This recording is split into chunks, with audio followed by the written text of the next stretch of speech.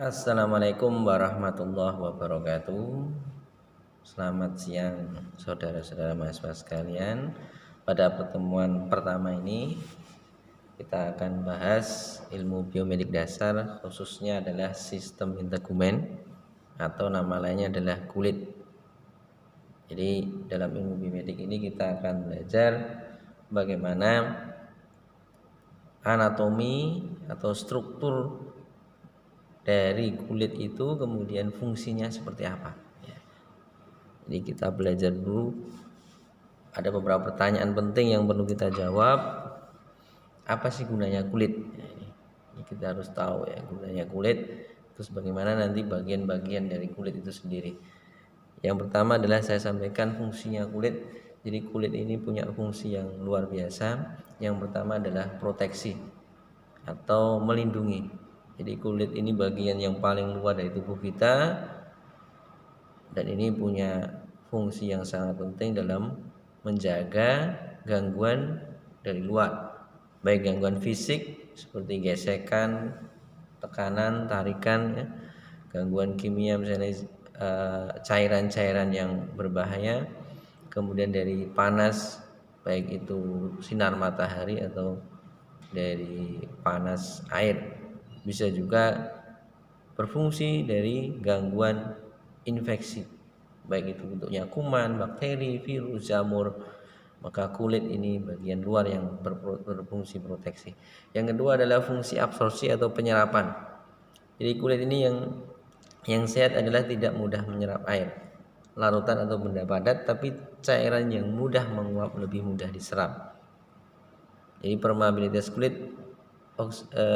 kulit ini punya permeabilitas atau ada pori-porinya yang berfungsi untuk keluar masuk oksigen, karbon dioksida, dan uap air, sehingga ada bagian fungsi respirasi juga.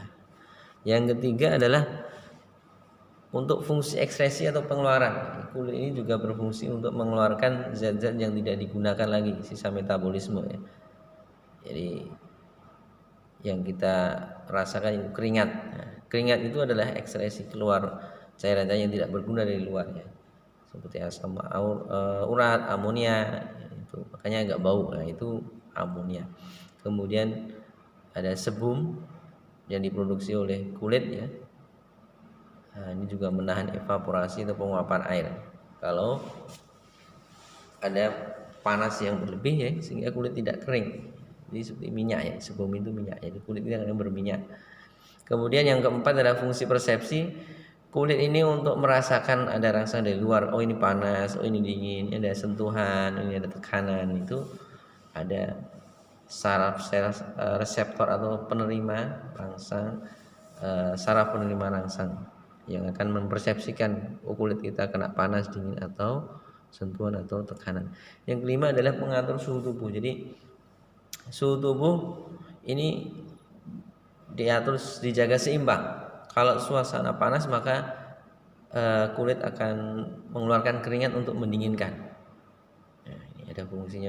Kalau suasana dingin maka pori-pori akan mengalami konstriksi atau penyempitan sehingga kita tidak terlalu dingin. Kemudian yang keenam adalah fungsi pembentukan pigmen, adalah ini warna kulit ya. Ada pigmen yang membentuk warna kulit, itu ada di kulit kita. Jadi ini fungsi minimal sebagian ada 6 ini. Kemudian kita perlu melihat bagian-bagian dari kulit atau anatomi kulit. Itu kulit itu terdiri dari 3 bagian, yaitu epidermis yang di sini. Epidermis paling atas, bagian tengah adalah dermis, dan yang paling bawah adalah subkutan atau endodermis. Nah, yang pertama kita lihat bagian epidermis. Ini bagian paling luar yang sangat tipis, itu terdiri dari ada 5 lapisan ya. Lapisan atau stratum. Dan stratum corneum, lucidum, granulosom, spinosum, dan basal. Nah, yang ini bagian penting lapisan epidermis ini ya. Jadi ada 5 lapisan tadi. Di bagian atas stratum corneum ini adalah banyak sel-sel mati ya, sel keratin. Ini komponen yang keratinosit ini sel-sel tanduk ya. Jadi karena yang paling luar ini paling sering berbenturan dengan yang merusak sel-sel kulit ya. Jadi banyak sel kulit yang mati. Nah, ini agak keras di bagian atas ya.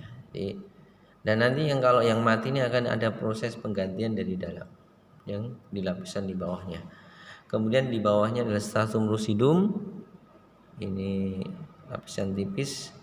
Kemudian di sini juga banyak sel-sel keratin. Kemudian stratum granulosum. Kemudian di stratum granulosum itu ada keratinosit. Yang ini nanti untuk mengganti sel-sel ini ya. Ini nanti akan naik ke atas. Kalau keratin yang di sini sel-sel kulit itu mati, bisa kena panas, kena pisau atau kena benturan, maka akan segera diganti dari stratum granulosum. Keratinositnya di sini akan naik ke atas sehingga yang mengganti. Proses penggantiannya begitu. Kemudian ada bagian penting di stratum yang keempat, spinosum, ini namanya sel Langerhans. Ini berfungsi imunitas, artinya nanti kalau ada bakteri masuk dari atas, ada pori-pori ini sampai ke sini, maka sel Langerhans ini yang akan berusaha untuk membunuh bakteri yang masuk ke dalam kulit kita ya, sehingga tidak sampai ke dalam lagi. Ini makanya ada fungsi imunitas atau kekebalan tubuh. Kemudian di bagian stratum yang ini masih di spinosum ya, ada melanosit, ini produksi melanin yang memberikan warna tubuh.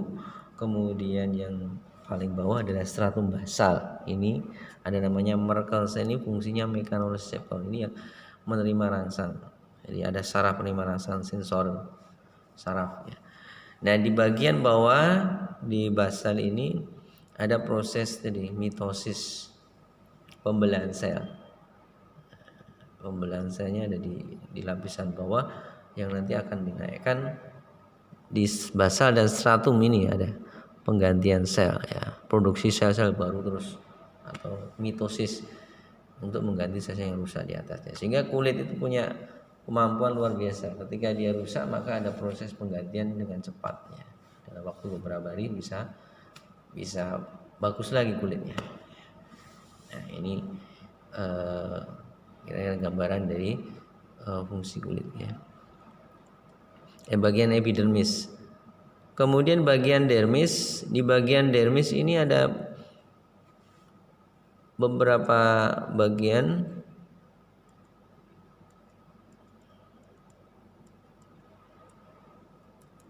Kita bisa lihat di gambar awal tadi. Nah, ini bagian dermis di bagian tengah. Yang warna merah, biru. Merah ini adalah pembuluh darah. Dan biru ini pembuluh darah. Merah adalah pembuluh arteri, biru pembuluh vena. Kemudian di sini ada ini yang nanti membawa darah, yang membawa oksigen ya. Ini memberikan hidup untuk sel-sel tubuh, memberikan makanan dan oksigen. Kemudian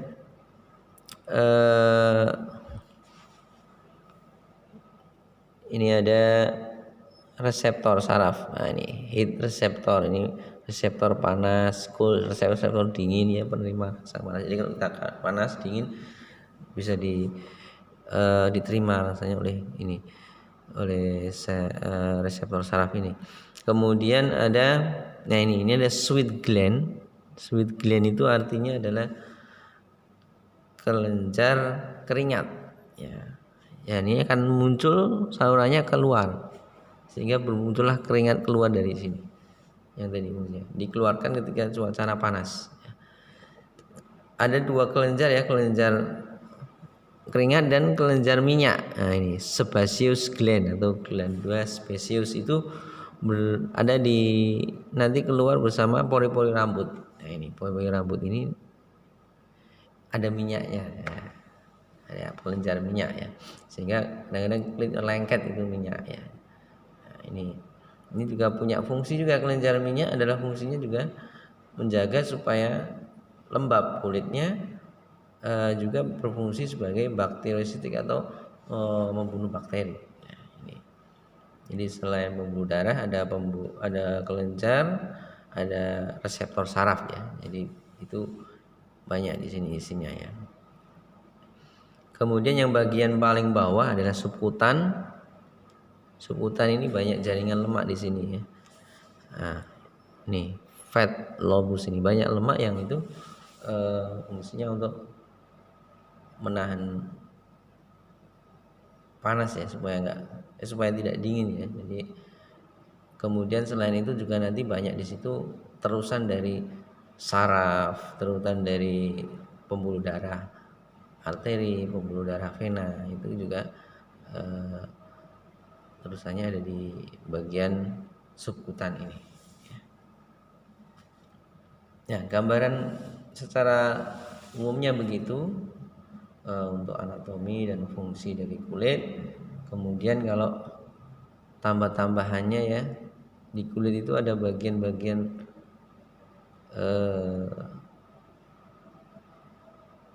kuku ya, rambut. Ini yang tadi kelenjar keringat ya. Ada apokrin dan ekrin ya.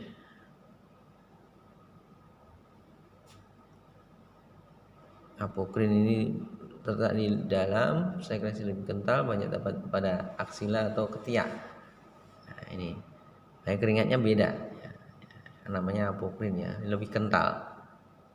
Kalau ekrin ini di bagian dermis ya, bagian kulit ya. Udara panas dan kering plus minus 6 liter per 24 jam.